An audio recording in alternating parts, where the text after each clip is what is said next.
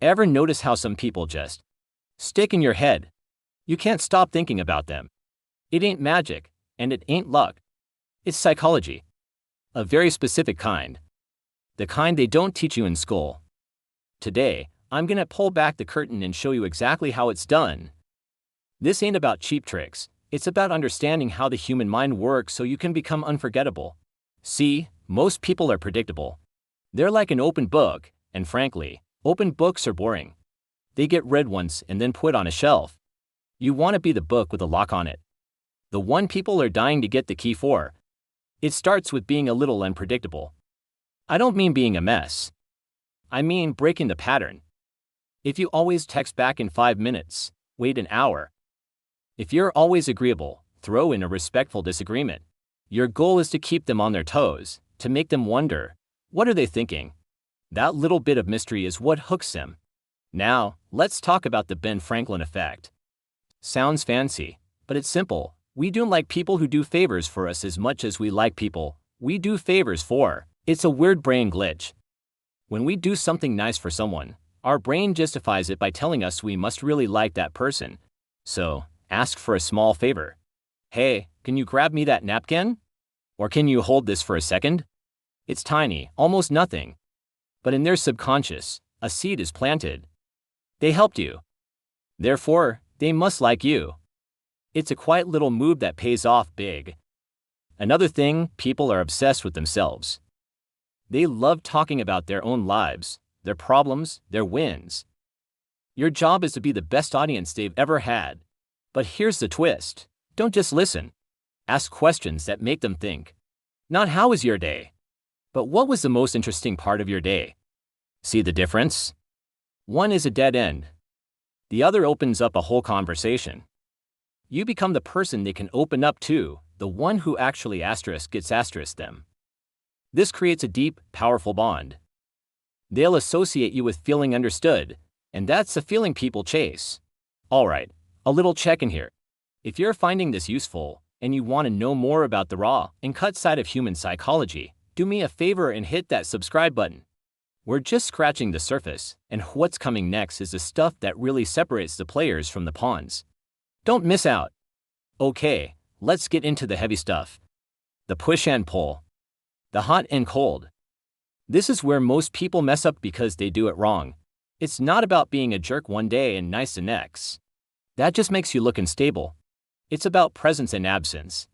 When you're with them, be 100% there. All your attention is on them. You're funny, you're engaging, you're magnetic. They feel like the only person in the world. Then, you disappear for a bit.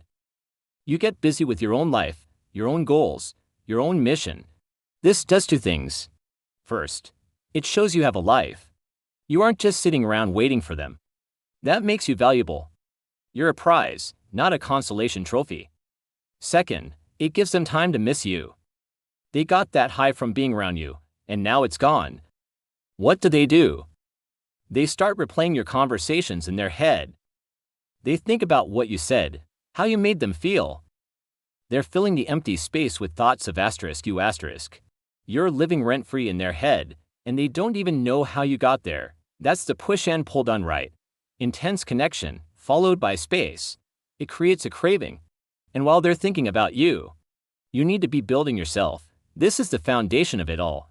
You can't be interesting if you're not interested in anything, have hobbies, learn a skill, build a business, go to the gym, read books. Your value doesn't come from another person's approval. It comes from what you build for yourself. When you have your own world, your own purpose, people are naturally drawn to that energy. You become a source of strength and excitement, not someone looking to drain it from others. People want to be a part of a winning team, so be a winner in your own life first. Your self-worth is your net worth in the world of influence. Let's also talk about shared vulnerability. This is a high-level play. Don't go spilling all your darkest secrets on the first date. That's weak.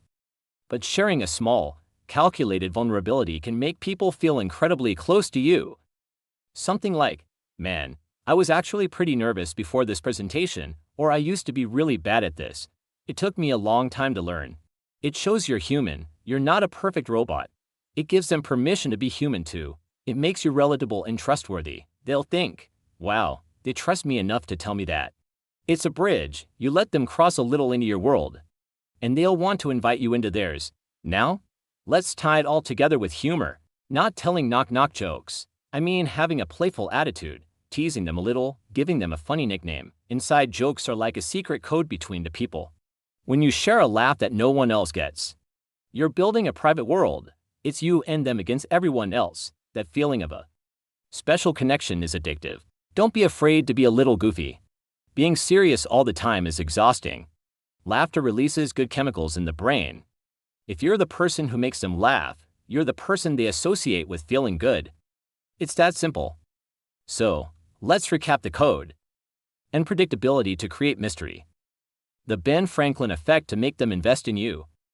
Active listening to make them feel seen. The push and pull to create craving. Building your own values so you're the prize. Shared vulnerability to build trust. And humor to create a secret world. None of this is about being fake. It's about being the most effective, most magnetic version of yourself. It's about understanding the game and playing it better than anyone else. You're not manipulating, you're communicating on a higher level.